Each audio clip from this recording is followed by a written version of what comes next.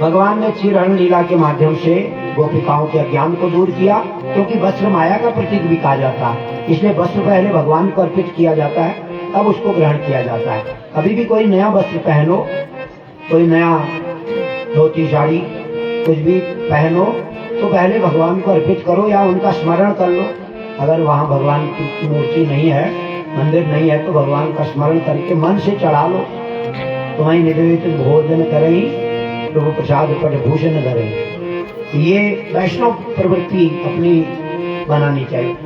वैष्णव प्रवृत्ति होती है, भेष नहीं होता है। भेष तो कोई भी बना लेगा, जब तक प्रवृत्ति न हो तब तक वैष्णव नहीं कहा जा सकता।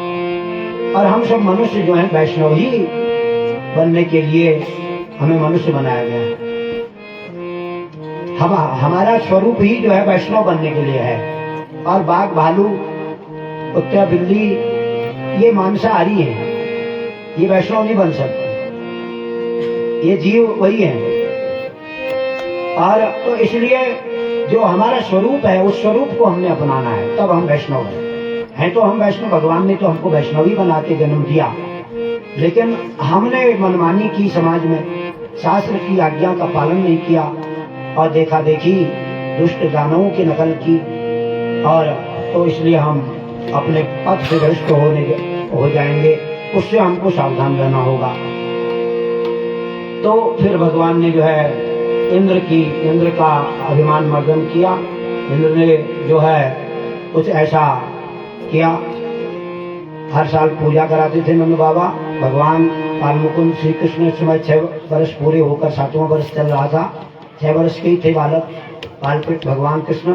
उन्होंने बाबा नंद बाबा से पूछा कि बाबा ये क्या कर रहे हो इतनी तैयारी?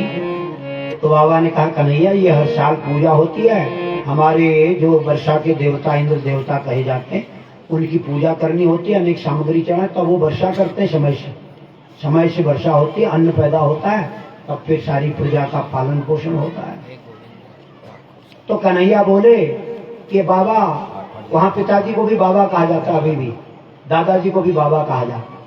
बाबा का अर्थ ही सयाना होता है, जिसमें सयानापन है, जो समझदार है, भले ही उम्र से सयाना न हो परंतु अकल से सयाना है, बुद्धिमान है और सत्कर्म में लगा रहता है और धर्म की रक्षा में लगा रहता है और मान मर्यादाओं की रक्षा करने में लगा रहता है। ऐसे व्यक्ति को बाबा ही कहा जाता है। कोई गृहस्थाश्रम का बाबा, कोई ब्रह्मचर्य आश्रम का बाबा, कोई संन्यास आश्रम का बाबा, हैं सभी बाबा ही, और सबको बाबा ही बनना भी चाहिए। कोई मतलब अकलमंद को ही तो बाबा का है, जिसकी उच्च कोटि की बुद्धि है, धर्म बुद्धि है जिसकी, उसको बाबा कहा गया। और अधर्म बुद्धि वाले को नादान कहा गया, बच्चा कहा गया। जिसको अधर्म मनमानी करता है, जो चाहे वो उम्र से सयाना भी हो तो भी ना बच्चा ही कहा जाएगा, नादान कहा जाएगा। क्योंकि कई जगह हमने देखा है 75 वर्ष के बुड्ढों को भी जो है जुआ खेलते हुए शराब पीते। तो उम्र, ऐसी उम्र किस काम की, जब इस प्रकार का जो है व्यवहार कर रहे हैं। जबकि लड़कों को समझाना चाहिए, तुम खुद ही जुआ खेल रहे हो, खुद ही उनको व्यसनी बना रहे हो, और ऐसा तो फिर उम्र से सयाने कैसे कहे जाओगे। तो वहाँ पर फिर वही बात आ गई कि उम्रदार नहीं है बल्कि सठिया गया। तो वही बात फिर वहाँ पर आ गई। नहीं तो उम्र का भी असर होता है। अगर किसी ने समझदारी से अपना जीवन जिया है तो उम्र का भी बड़ा अनुभव होता है। इसलिए कहते हैं भाई उम्रदार व्यक्ति है, समझदार होगा, तो होता है प्रायः ऐसा। तो फिर इंद्र यज्ञ का निवारण भगवान ने करवा दिया। बाबा, इंद्र तो एक साधारण देवता है, भगवान नारायण से बड़ा देवता तो कोई है नहीं, हरिहर ही सबसे बड़े देवता है। हरिहर पद रतिमति न कुतर की, इन कहा मधुर कथा रघु, इसलिए वहाँ हरिहर शब्द आए हैं।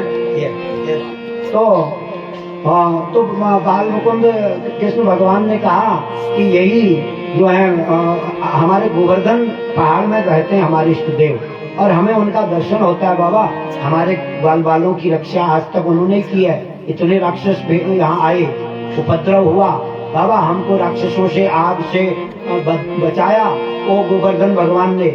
वही रहते हैं हमारे गोवर्धन भगवान, चतुर्भुज, दर्शन होता उनका।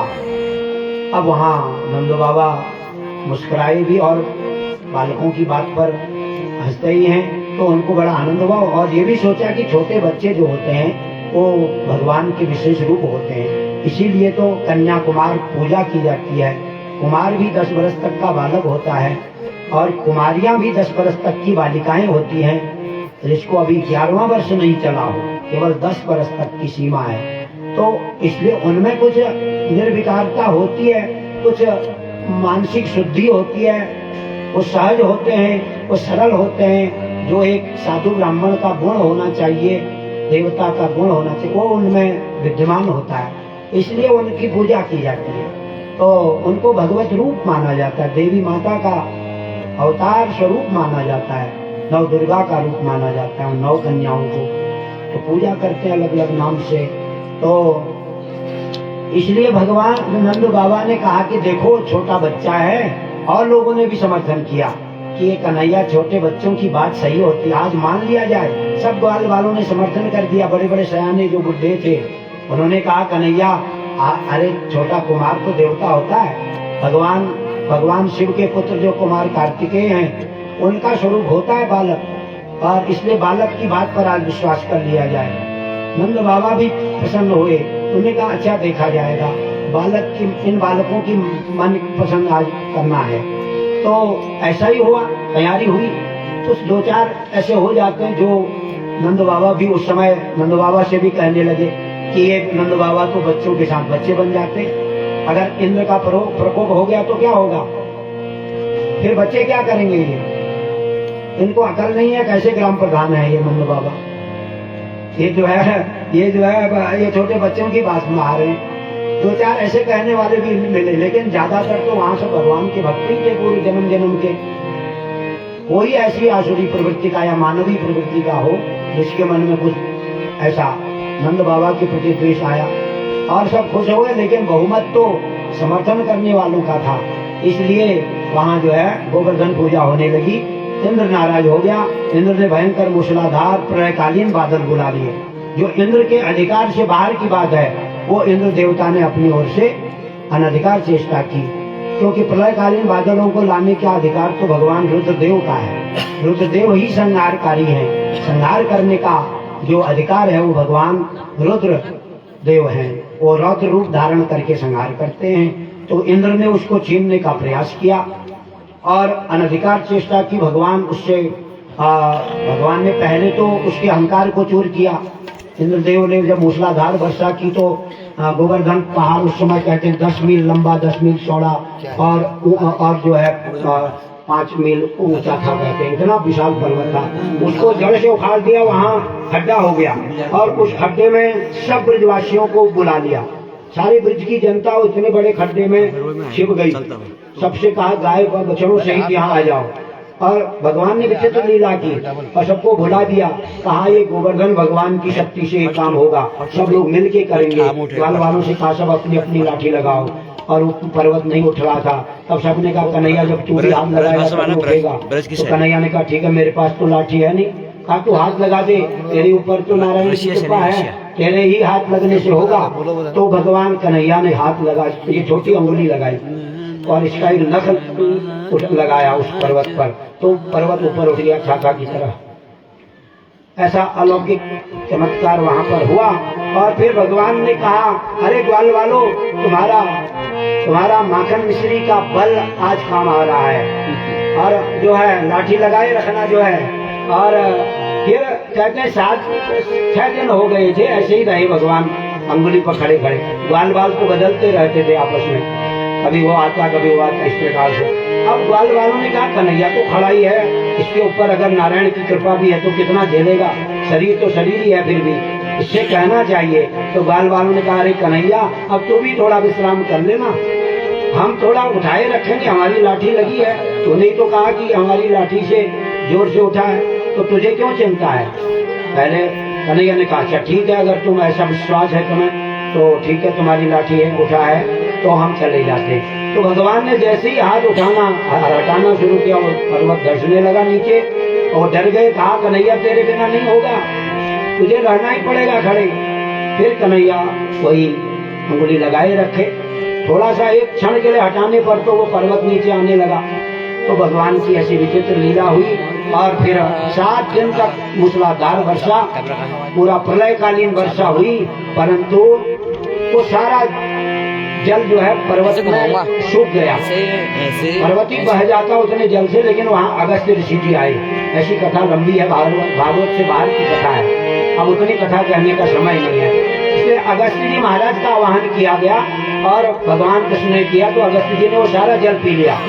3 आसमान में समुद्र पीने वाले ऐसे भगवान ब्रह्मर्षि अगस्त जी महाराज, उन्होंने वो भगवान के परम भक्त भी हैं और उनको भगवत कृपा से महान अपोगल प्राप्त है। जो संकल्प करते हैं वो सिद्ध हो जाता है। वातापी और आतापी नाम के दैत्यों को भी उन्होंने ही मार पाया, कोई ऋषि महर्षि ने नहीं मार पाया।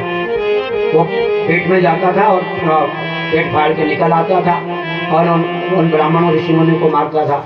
लेकिन भगवान महर्षि अगस्त जी ने उसको पेट में, पहले भगवान को गए अपने पेट में डाला और फिर पचा लिया पेट में ही, फिर वो बाहर नहीं आ पाया वो राक्षस, और तब उसका इस प्रकार से संहार किया महर्षि अगस्त्य महाराज ने। और अगस्त्य महाराज को कुंभज भी कहा जाता है। वो माता के पेट से पैदा नहीं हुए, वो एक घड़े से पैदा हुए, तो इसलिए भगवान का एक अवतार ही है अगस्त्य अवतार, ऋषि अवतार। जैसे कपिला अवतार भगवान का ऋषि रूप में हुआ, ऐसे अगस्त्य अवतार भी भगवान का एक ऋषि अवतार हुआ। और तो यहाँ कथा जो है संक्षेप में कह रहे कि जो है फिर उन्होंने जो है वो सूखा दिखाई दिया पर्वत। 7वें दिन जब इंद्र आया तो इंद्र ने देखा कि धूल उड़ रही है ब्रजमंडल में, कहीं माटी भी गिली नहीं हुई है, तो वो चकित हो गया इंद्र देवता और पछताने लगा। उसको बड़ा भय हुआ कि मैंने साक्षात नारायण के साथ छल किया है, कपट किया है, अब मेरा क्या होगा। इंद्र देवता डर गया, उसने कामधेनु गौमाता का सहारा लिया, उनको आगे करके जो है वो माफी मांगने आया और भगवान ने गौमाता को आगे देख करके उसे क्षमा कर दिया। भगवान